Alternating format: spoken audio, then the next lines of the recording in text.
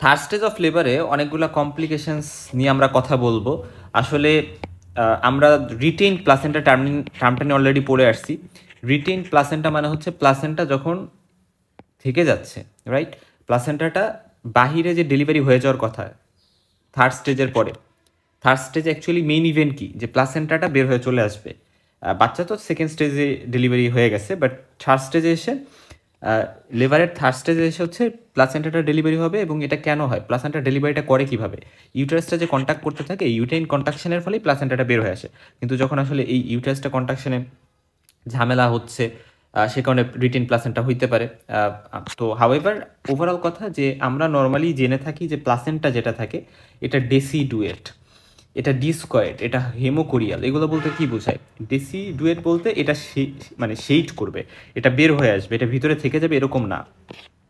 তা বাদে এটা ডিক শেপড হয় প্লাসেন্টা। এবং আমরা জানি হেমিকোরিয়াল মানে এরা ব্লাডের সাথে, ম্যাটার্নাল ব্লাডের সাথে একটা মানে কানেকশানে থাকে বা ইন্ট্রাকশানে থাকে। এবং মোস্ট ইম্পর্টেন্ট ফ্যাক্টর প্লাসেন্টা সেপারেশনের জন্য, ফার্স্টে সেপারেশন হইতে হবে, তারপরেই তো সেটা ডেলিভারি হবে। তো এটা হচ্ছে ইউটেন কন্ডাকশন। ইউটেন কন্ডাকশনের মাধ্যমে এরা সেপারেশন হয়। এবং আমরা বলি যে এই যে সেপারেশন হয়, এটার প্লেনটা হচ্ছে জোনা স্পঞ্জিওসা বরাবর। এটা নিয়ে আমরা প্লাসেন্টার ভিডিওতে সুন্দর করে আলোচনা করে আসছি। এখন আসো যে রিটেন প্লাসেন্টা যেটা, এটা আমরা কখন বলি? যখন প্লাসেন্টাটা 30 মিনিটের বেশি সময় হয়ে গেছে, তারপর ডেলিভারি হয় নাই।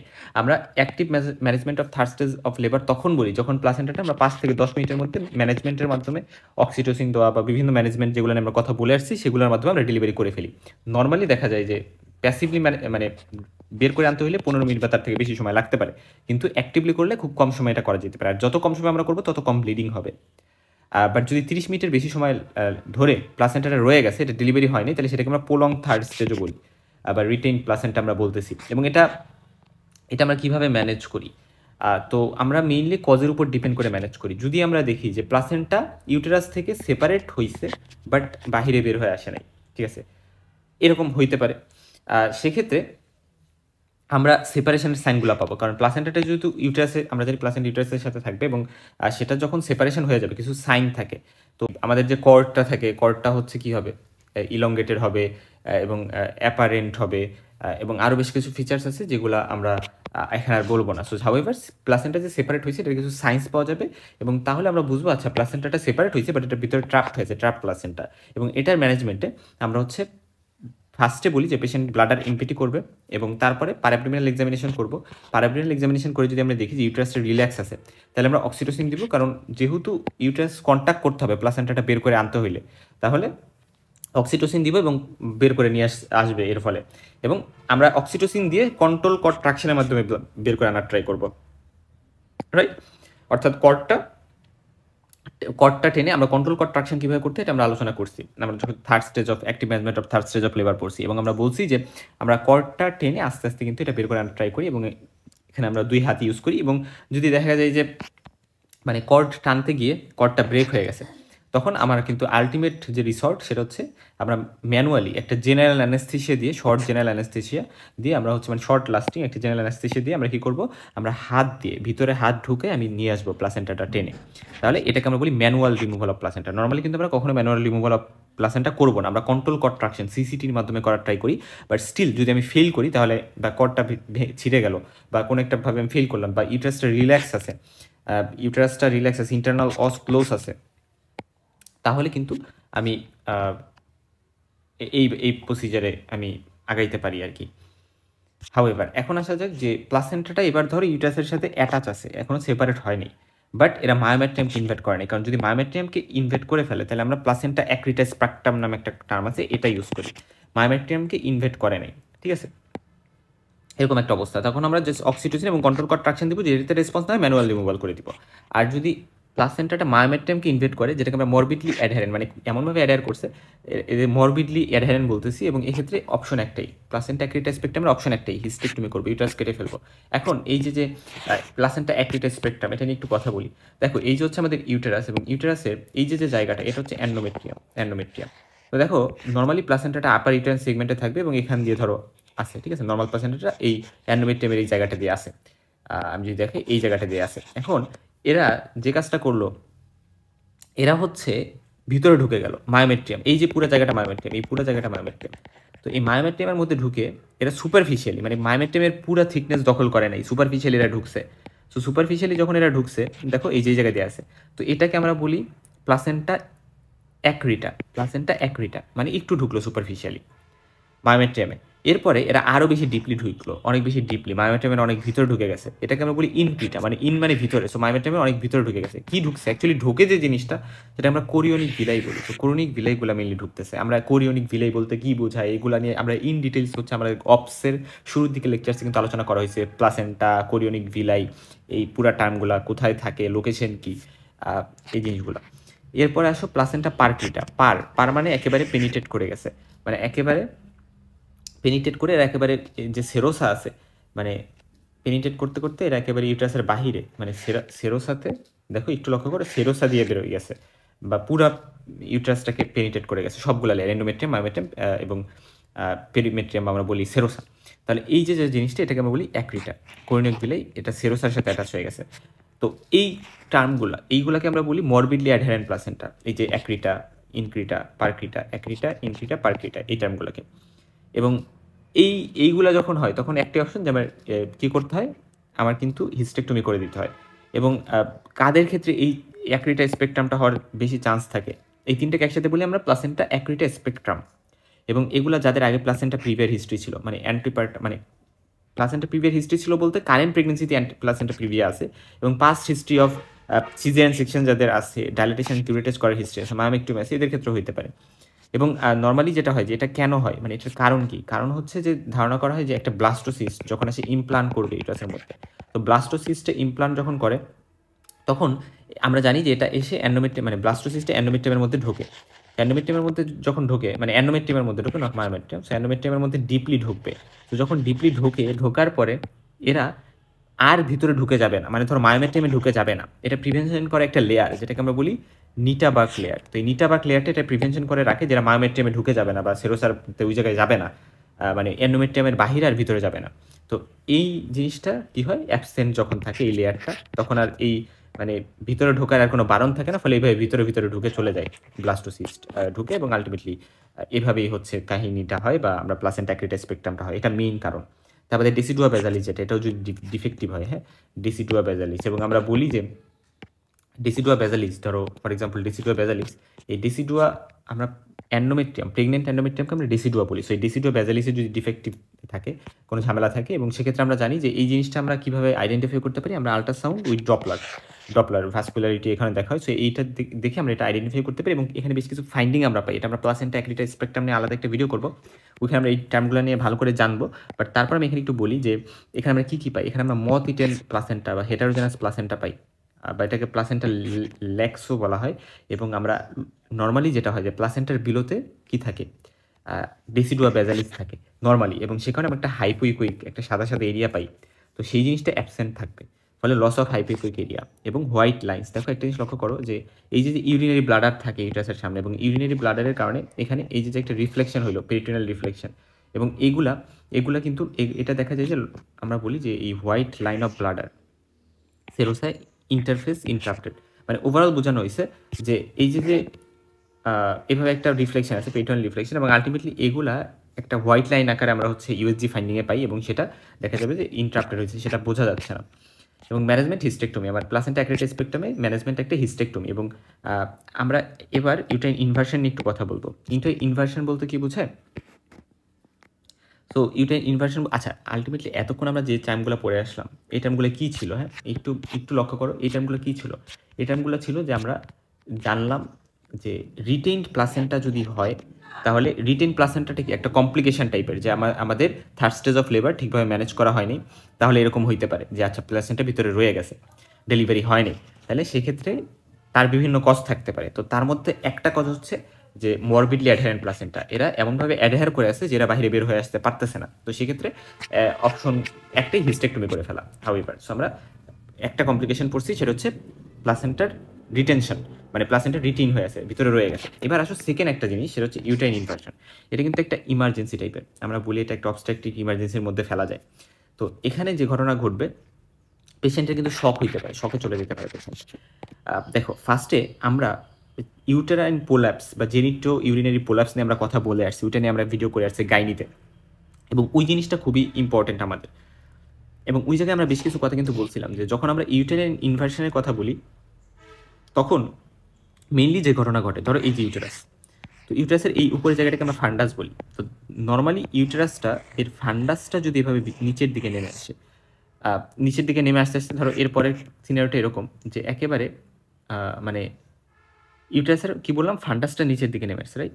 তাহলে এইভাবে ধরো এই যে, তার মানে দেখো এই যে ইউটেরাসের ফান্ডাস, এবং এই ফান্ডাসটা এভাবে ভিতর দিকে নামতে নামতে একেবারে এইভাবে নেমে গেল। তো এই যে যে ফান্ডাসটা নিচের দিকে নেমে আসলো, এই কন্ডিশনটাকে আমরা বলি হচ্ছে এই কন্ডিশনটাকে আমরা কি বলি, এই কন্ডিশনটাকে আমরা বলি যে ইনভার্সন। অর্থাৎ দেখো এখানে ইন্টারনাল অস কিন্তু এই জায়গায় রয়ে গেছে, ইন্টারনাল অসটা ভিতরেই রয়ে গেছে, বাট অ্যাকচুয়ালি ফান্ডাসটা বের হয়ে আসছে। তো এইভাবে ফান্ডাসটা যে বের হয়ে আসলো এটাকে আমরা বলি হচ্ছে ইনভার্সন। অপরদিকে পোলাপস জিনিসটা কি? পোলাপস জিনিসটা মানে হচ্ছে যে ইউটেরাস ধরো এভাবে আছে এবং এই জিনিসটা জাস্ট নিচে নেমে গেছে। অর্থাৎ ধরো এই যে মানে এই যে হচ্ছে নর্মালি ধরো ভ্যাজাইনা, তো ভ্যাজাইনাল ওপেনিং দিয়ে অরিফিস দিয়ে ওইখান দিয়ে ইউটেরাসটা একেবারে নেমে আসছে। মানে ফান্ডাসটা কিন্তু উপরেই আছে, ফান্ডাসটা নিচে নামে নাই। ব্যাপারটা হচ্ছে ফান্ডাসটা উপরে আছে, জাস্ট পুরো ইউটেরাসটাই নিচে নেমে গেছে। সো এই টার্মটাকে আমরা বলি ইউটেরাইন পোলাপস। সো এখানে দেখো ইন্টারনাল লসটাও নিচে নেমে যাবে, সো ইন্টারনাল লসটা ভিজিবল থাকবে। তাহলে ইন্টারনাল লস যখন ভিজিবল, সেই টার্মটাকে আমরা বলতেছি যে ইউটেরাইন পোলাপস। আর যদি ইউটেরাইন মানে ইন্টারনাল লসটা ভিতরেই থাকে তাহলে আমরা বলি ইউটেরাইন ইনভার্সন। এখন দেখো আমরা বিভিন্ন মানে ক্লাসিফিকেশন আছে। আমরা যদি টাইম অফ অকারেন্সের কথা বলি, যে অ্যাকিউট মানে হচ্ছে যে ডেলিভারির 24 ঘন্টার আগে হচ্ছে এটা হচ্ছে ইনভার্সন হচ্ছে। সাবেকুট মানে 24 ঘন্টা থেকে 4 উইক্সের মধ্যে ইউটেরাইন ইনভার্সন হচ্ছে। আর 4 উইক্সের পরে যদি থাকে তাহলে কোনিক, মানে 4 উইক্সের পরে যদি হয়। এখন এই জিনিসটা, এই ক্লাসিফিকেশনটা ইম্পর্টেন্ট। সেটা হচ্ছে ইনভার্সনের এক্সটেন্টের উপর ডিপেন্ড করে আমরা 4টা ডিগ্রিতে ভাগ করি, ফার্স্ট ডিগ্রি, সেকেন্ড ডিগ্রি। আমরা পোলাপসকেও এইভাবে ভাগ করছিলাম। However first degree, second degree, third degree, fourth degree, এটা কীভাবে আমরা ভাগ করবো? লক্ষ্য করো এই যে জায়গাটা, এটাকে আমরা বলতেছি ইন্ট্রয়েটাস। What is ইন্ট্রয়েটাস?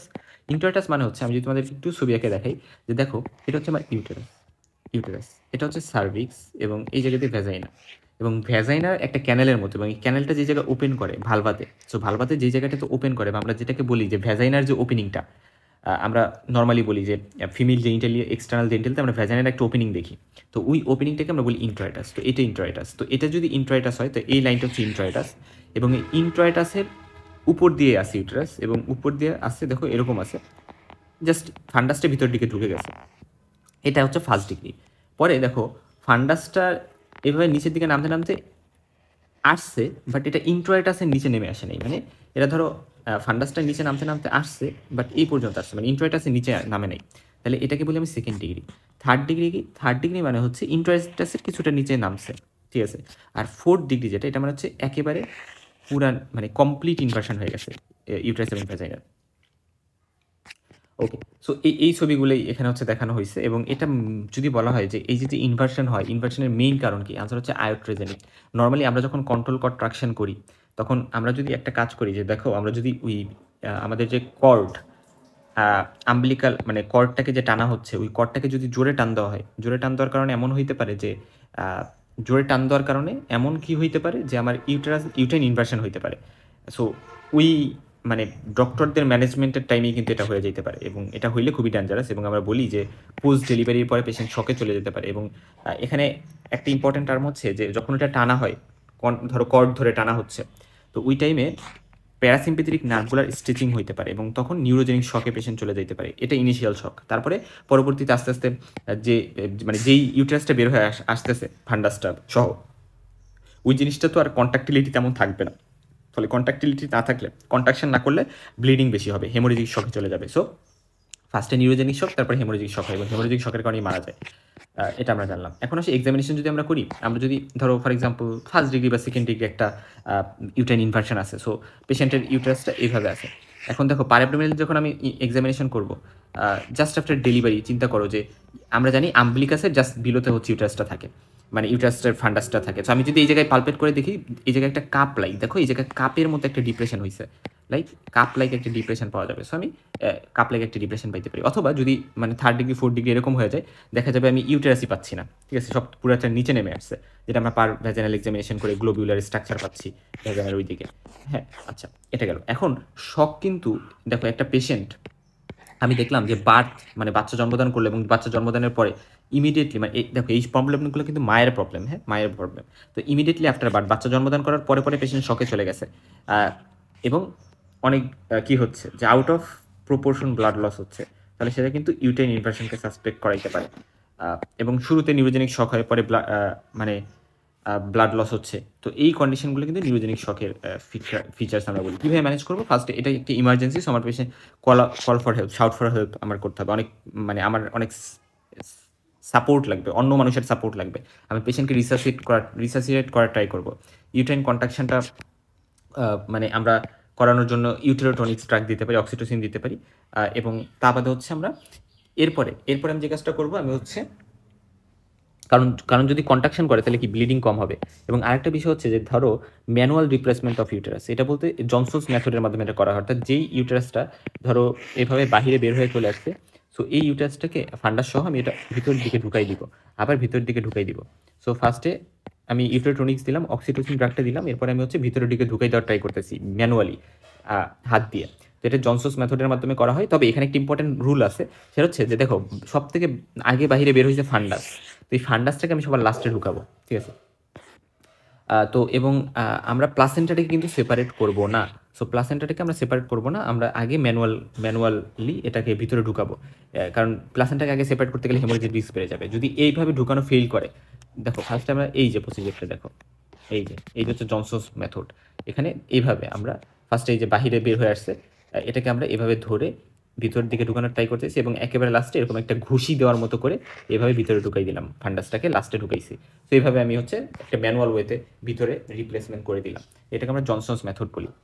যদি এটা ফেল করে তাহলে আমি হচ্ছে আবারও ম্যানুয়াল রিপ্লেসমেন্টই ট্রাই করবো, বাট এবার হচ্ছে একটু ভিগোরাসলি জেনারেল অ্যানেস্থেসিয়া দিয়ে বা ইউটেরাইন রিল্যাক্সেন্সের মধ্যে টার্বিটালিন দিয়ে, এগুলো দিয়ে আমি ট্রাই করবো। সো আমি আবারও ট্রাই করতেছি, বাট এক্ষেত্রে জেনারেল অ্যানেস্থেসিয়া ইউজ করে করতেছি। এরপরে যদি না হয়, এরপরও না হলে আমি কি করবো, আমি সার্জারিতে যাবো। সেক্ষেত্রে হান্টিংটন সার্জারি, তারপরে হ্যালটেনিস মেথড, এরকম বেশ কিছু সার্জারি আছে। সো হান্টিংটন সার্জারি মানে হচ্ছে এরকম একটা সার্জারি, জাস্ট সার্জারিগুলোর নাম একটু মনে রাখতে পারো, হলটেইনস মেথড, ঠিক আছে। হলটিংস মেথড মানে যদি কনস্ট্রিকশন প্রেজেন্ট থাকে। কনস্ট্রিকশন প্রেজেন্ট মানে হচ্ছে যে দেখো আলটিমেটলি আমার যখন ইউটেরাইন প্রোলাপসটা হয়ে গেছে, তো প্রোলাপস মানে হচ্ছে ইউটারাস মানে কনস্ট্রিকশন রিং এখানে তৈরি হয়েছে, মানে ইউটারাসের কোন একটা পার্টিকুলার জায়গা সেকশন এই জায়গায় কনস্ট্রিকশন করে একটা রিংয়ের মতো তৈরি করছে। সো এটাকে আমি বলতেছি কনস্ট্রিকশন রিং। সো এই রিংটাকে আমার কি করতে হবে, রিংটাকে আগে কাটসাট করে তারপরে আমার কিন্তু ভিতরে ম্যানুয়াল মানে তারপরে আমার প্রসিজারটা করা লাগতেছে, সেটাকে আমি বলতেছি হলটিংস মেথড। ফার্স্টে আমার হচ্ছে কনস্ট্রিকশন যে রিংটা সেটা ইনসাইজ করতে হবে আর কি। আর ওল্ড কিছু মেথড আছে, হাইড্রোস্ট্যাটিক ও সুলিভান মেথড। এটাতে যে কাজটা করা হইতো যে ভিতরে মানে ভিতরে বিভিন্ন ফ্লুইড ঢুকে হয়তো বা এটাকে মানে ডাইলেট করার ট্রাই করা হইতো এবং এইভাবে ট্রাই করা হইতে হবে, এগুলো এখন করা হয় না। হাইড্রোস্ট্যাটিক ও সালিভান মেথড, তারপরে ভ্যাজানাল সার্জারির মধ্যে স্পাইনালি সার্জারি, ক্যাসকার্ডিক সার্জারি, সেরকম বেশ কিছু আদার্স মেথড। বাট ওভারঅল কথা সার্জারিক্যাল মেথড কিন্তু আমার লাস্ট একটা রিসোর্ট হিসেবে কাজ করতে পারে।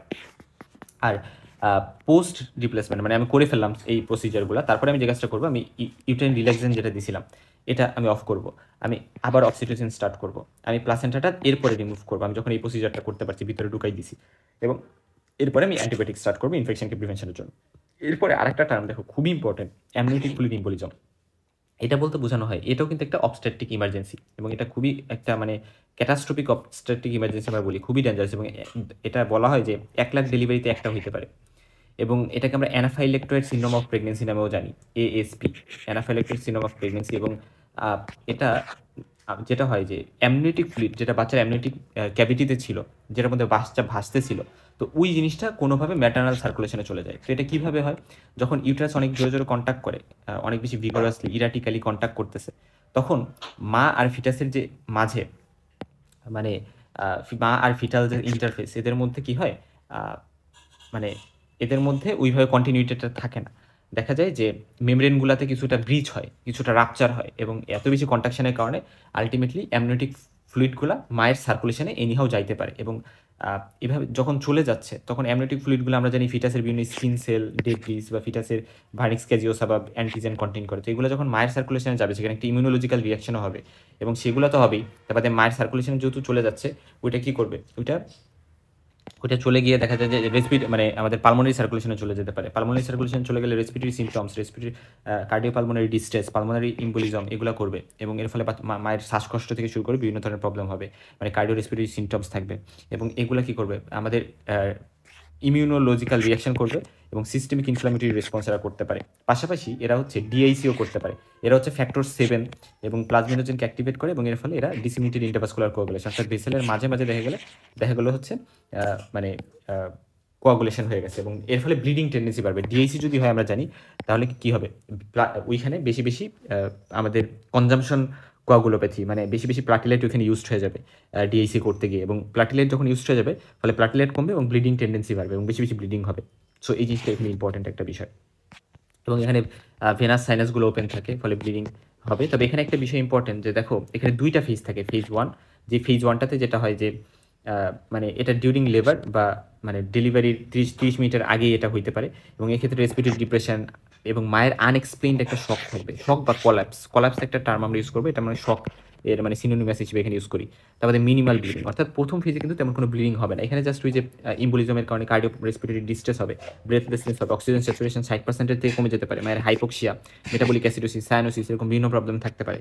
আর ফেজ 2তে যেহেতু ডিআইসি হবে আস্তে আস্তে এবং তখন কিন্তু এক্সেসিভ ব্লিডিং হবে।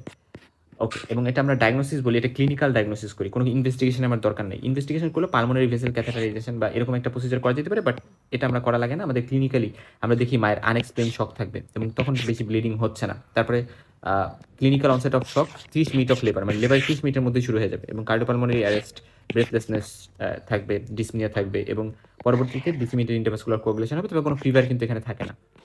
ম্যানেজমেন্টে আমরা আইসিইউতে পেশেন্টকে নিতে হবে এবং ম্যাটারনাল মর্টালিটি রিস্ক এখানে অনেক বেশি। আইসিইউতে নিয়ে আমার পেশেন্টকে ম্যানেজ করতে হবে। এবং দেখো আমার যদি বলা হয় যে পোস্টপার্টাম পিরিয়ডে কলাপস এর কারণ কি বা পোস্টপার্টাম পিরিয়ডে শক হবে এটার কারণ কি, পোস্টপার্টাম হেমোরেজ একটা কারণ, যে পোস্টপার্টাম পিরিয়ডে অনেক বেশি ব্লিডিং হচ্ছে এবং এই কারণে হচ্ছে শক হচ্ছে, বা ইউটাইন ইনভার্সন একটা কারণ হইতে পারে, অ্যামনিওটিক ফ্লুইড ইম্বলিজম একটা কারণ হইতে পারে। এই দুইটা টপিক আমরা এই ভিডিওতে পড়ছি। এখন একটা জিনিস লক্ষ্য করো যে পিপিএইচ এবং ইউটেরাইন ইনভার্সন দুইটাই হচ্ছে ডেলিভারি 24 ঘন্টার মধ্যে হয়, বাট অ্যামনিওটিক ফ্লুইড ইম্বলিজম সাধারণত ডেলিভারি 30 মিনিটের মধ্যে হবে, অনেক আর্লি। তো পোস্টপার্টাম হেমোরেজের ক্ষেত্রে যে ঘটনা ঘটে অনেক বেশি ব্লিডিং থাকবে এবং পোস্টপার্টাম যে শক হয় তার মধ্যে মোস্ট কমন কজ এটাই। আর ইউটেরাইন ইনভার্সনে যেটা হয় যে ডেলিভারির পরে ইমিডিয়েটলি একটা শক পাওয়া যাচ্ছে এবং শুরুতে তেমন কোনো ব্লিডিং থাকে না ইউটেরাইন ইনভার্সনে, ঠিক আছে। বাট অ্যামনিওটিক ফ্লুইড ইম্বলিজমে ফার্স্ট ফেজে তেমন কোনো ব্লিডিং থাকবে না, বাট সেখানে রেসপিরেটরি ডিফিকাল্টি, শক এগুলো থাকবে, বাট সেকেন্ড ফেজে অনেক বেশি ব্লিডিং থাকবে ডিআইসি, যেটাকে আমরা বলতেছি ডিআইসির কারণে। আমরা যদি পার অ্যাবডোমিনাল এক্সামিনেশন করি, আমরা পোস্টপার্টাম হেমোরেজের ক্ষেত্রে অ্যাটোনিক কারণটা মানে আমরা বলি যে ইউটারাসটা কন্ট্যাক্ট করতে পারতেছে না, এই জন্য বেশি ব্লিডিং হচ্ছে, so tone of the uterus কম থাকবে। আর এখানে কাপ লাইক ডিপ্রেশন পাওয়া যাবে আম্বিলিকাসের নিচে, কারণ যদি ইউটেরাইন ইনভার্সন হয়ে যাচ্ছে এরকম একটা মানে আমরা বলি যে কাপ লাইক একটা ডিপ্রেশন এখানে তৈরি হয়েছে। আচ্ছা, আর এখানে হচ্ছে নর্মাল থাকবে পার অ্যাবডোমিনাল এক্সামিনেশনে, পার ভ্যাজানাল এক্সামিনেশনও আমাদের অ্যামনিওটিক ফ্লুইড ইম্বলিজমে নর্মাল থাকবে, বাট পার ভ্যাজানাল এক্সামিনেশন আমরা ব্লাড লস পাবো পোস্টপার্টাম হেমোরেজের ক্ষেত্রে, এবং এখানে গ্লোবিউলার স্ট্রাকচার যেটা ভ্যাজানা দিয়ে বের হয়ে আসছে ইনভার্সনের ক্ষেত্রে এরকম পাবো। এরকম বেশ কিছু ফিচার্স আমরা বলবো। এখানে অ্যামনিওটিক ফ্লুইড ইম্বলিজম, এটা তার মানে বুঝলা যে অ্যামনিওটিক ফ্লুইড ইম্বলিজমটা তুমি তখন বলবা যখন দেখবা যে এটা একটা ক্যাটাস্ট্রোফিক অবস্ট্রেটিক ইমার্জেন্সি, খুব দ্রুত এটা ম্যানেজ করতে হবে, না তবে মা মারা যাবে। তবে তুমি বুঝলা যে এটা মানে হচ্ছে যে মায়ের শ্বাসকষ্ট, ডিসনিয়া, ব্রেথলেসনেস বা মানে শক এরকম একটা হিস্ট্রি থাকতেছে। এখানেও শকের হিস্ট্রি আছে, বাট এখানে কিন্তু শ্বাসকষ্ট বা এই প্রবলেমগুলো থাকতেছে না ইউটেরাইন ইনভার্সন বা পোস্টপার্টাম হেমোরেজের এই জায়গাগুলোতে। এবং যখন ইউটেরাইন ইনভার্সন বলা হচ্ছে সেখানে অবশ্যই এরকম একটা মানে গ্লোবুলার স্ট্রাকচার পারভেজানাল এক্সামিনেশনে পাওয়া যাবে এবং এখানে মানে ইনিশিয়ালি তেমন কোনো ব্লিডিং হবে না, বাট ইমিডিয়েটলি শক হবে। আর এখানে হচ্ছে এক্সেসিভ ব্লিডিং হবে আর ইউটারাসের টোনটা এখানে বেশ কম থাকবে।